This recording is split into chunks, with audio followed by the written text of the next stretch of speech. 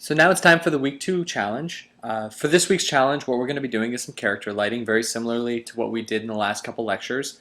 We're going to have you take a character and light them over a background plate or a background image and use that background image to drive the lighting for your character. And basically you just want to integrate them into that environment. We have provided Simon here for you to download in the week 2 asset library, but please feel free to use any characters you've used in the past, anything you work on, maybe you're working on a thesis or a side project. So feel free to use whatever you want. We just wanted to give you at least Simon so that you can have a character to work with.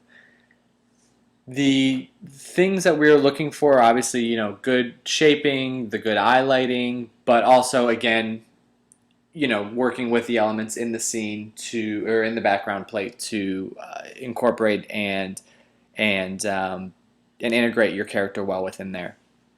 Some things, just some legal technical things. Number one, we ask that any background plates that you use are either photographs you've taken yourselves or something you have the rights to.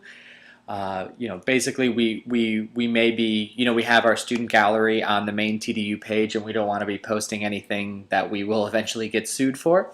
So please, just use anything. Basically, try and use your own photographs if you can. If you need something, let us know. We've got some backgrounds that we can send to you guys. So just shoot us an email and we'd be more than happy to give you something to work with. Other than that, the Simon. So if you do decide to use Simon, the one thing that we need to let you know is that Simon is it's a TDU character, but we have to ask that he is only used for TDU courses. You are more than welcome to download him, practice on him, use him for whatever you want, but we need to inform you guys that he cannot be used outside of this course. It's just a legal thing that we have to do. We apologize for that, but hopefully, he's for educational purposes only, and part of our agreement to work with him was that we had to make it so that his materials, his model, all of his pieces could not be used for anything other than the purposes of education within this class. So that's my little legal tidbit.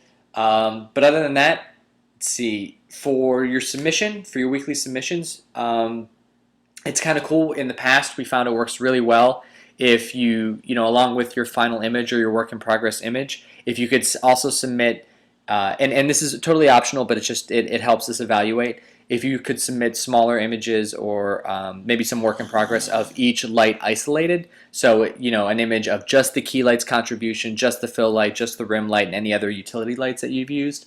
That way we can get an understanding of how each light is contributing to the scene. Because lots of times what happens, lots of times there'll be a problem. An area will be too hot or too flat or too bright or too dimly lit. And it's hard to tell when you're looking at the final image exactly what's causing the problem. But when you're looking at the individual lights, you can say, your bounce light is very bright, or your bounce light is shaped this way. Perhaps if you swing it around, you won't encounter this problem. So if you have the time while you're going through this, maybe save out your images and your iterations as you're lighting your key light or your fill light or your bounce or whatever, and then just submitting those and posting those to the site as well. So if you have any questions, again, feel free to let us know. Feel free to let your classmates know. You guys are awesome. You guys are kicking butt so far. So again, happy lighting this week, guys, and we really look forward to seeing what you come up with.